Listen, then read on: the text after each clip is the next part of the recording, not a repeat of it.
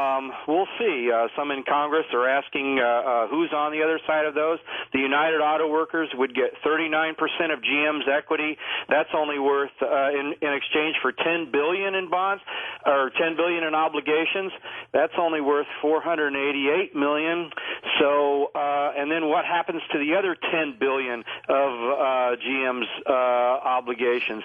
One of two things has to happen. Either the taxpayers have to pony up another $10 billion, or the UAW gets cheated out of what it's been promised. Times are a-changing, Mish. Mish's blog, you can find him. Just search him, MIS. You'll see what he does. For the first time since the Apollo era, NASA's testing a new moonship in the turbulent waves of the open ocean. The life-size mock-up of the Orion Crew exploration vehicle, NASA's replacement for its retiring space shuttle fleet, is undergoing a series of water landing trials this month in the Atlantic Ocean off the eastern coast of Florida. They are the first ocean tests of a full-size NASA spacecraft since the Apollo capsule's development in the 1960s. During the tests, teams of divers and engineers are practicing recovery techniques to retrieve an Orion capsule after splashdown. Now, there are some within NASA who don't like this new moonship, so we'll see what happens. I'll tell you one thing I do like, and that's actor Stephen Root. He has entertained millions of us for a long time on television and in film. As a matter of fact, his portrayal of Milton in Office Space is an all-time classic. Well, I was told that I could listen to the radio at a reasonable volume from 9 to 11. Yeah, I know you're allowed to.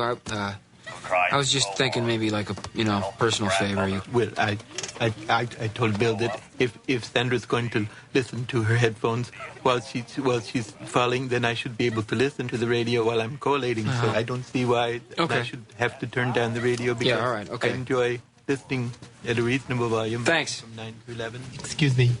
I believe you have my stapler. Now, Milton, don't be greedy. Let's pass it along and make sure everyone gets a piece. Okay, but last time I didn't receive a piece, and I was told that Just I could pass. Okay. I can see the cake. There's lots of cake. There's many people. They raise you up, people. In a moment, Stephen Root in the studio live right here on Coast to Coast AM. And welcome back to Coast.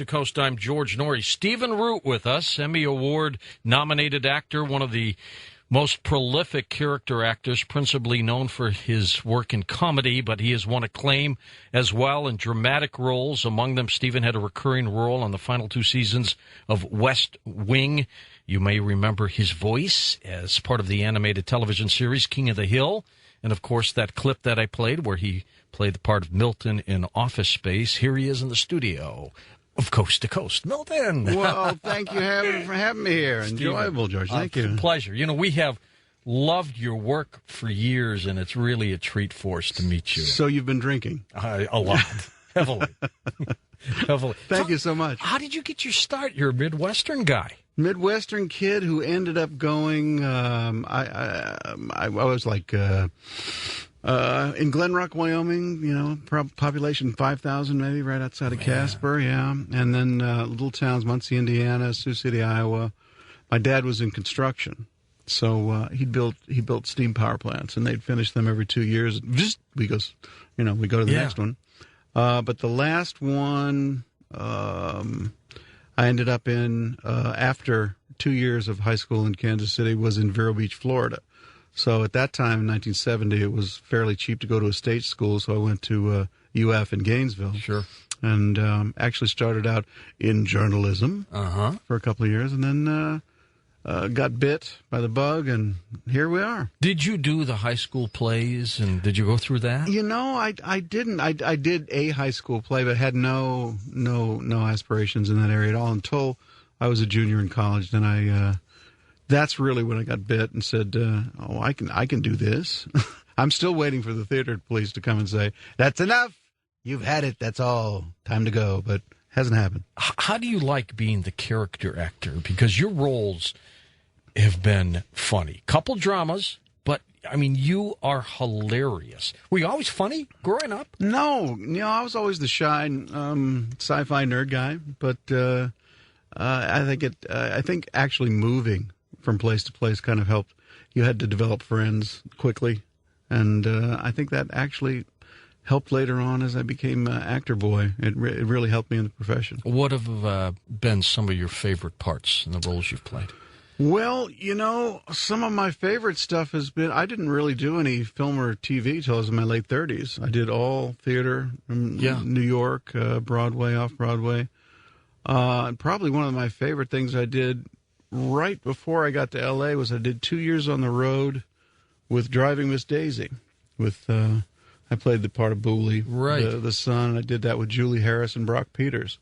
So that's working with the best stage actors of a generation. Yeah, you saw that all. I was thrilled with that. But, TV, I'd have to say King of the Hill and News Radio were really breakouts for me that I love doing. And film, it was probably the any of the Coen Brothers stuff. Love the O Brothers. They love you, by the way. I love them. Yeah.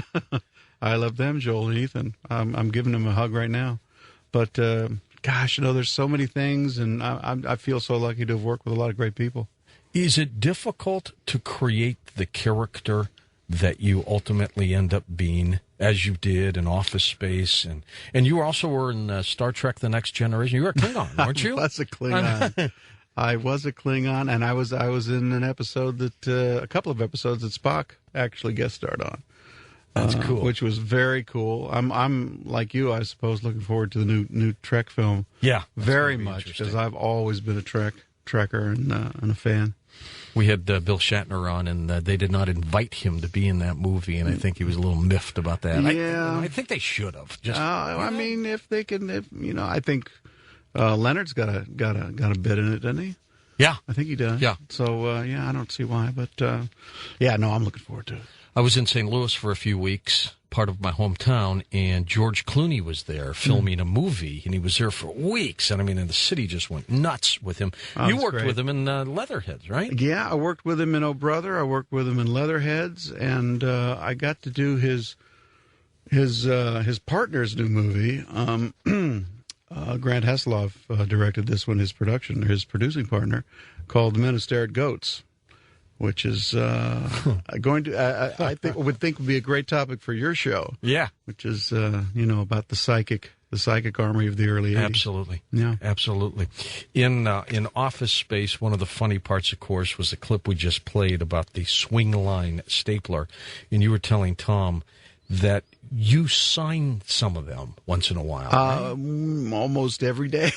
Somebody comes up to you with one of those? Well, whatever I'm doing, whether it's a show like this or going to some studio or anything, there's always seems to be somebody there with a red stapler, and I got to say it's great. I mean, I'm so happy people connected with that character, love it. What are you working on these days, Stephen?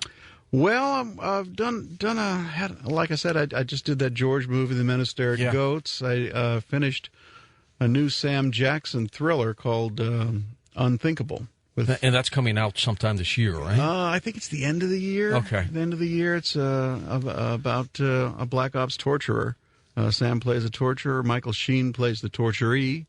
It's some heavy-duty stuff, So a very serious role this time. Very serious role, yeah. I'm Sam's facilitator in that.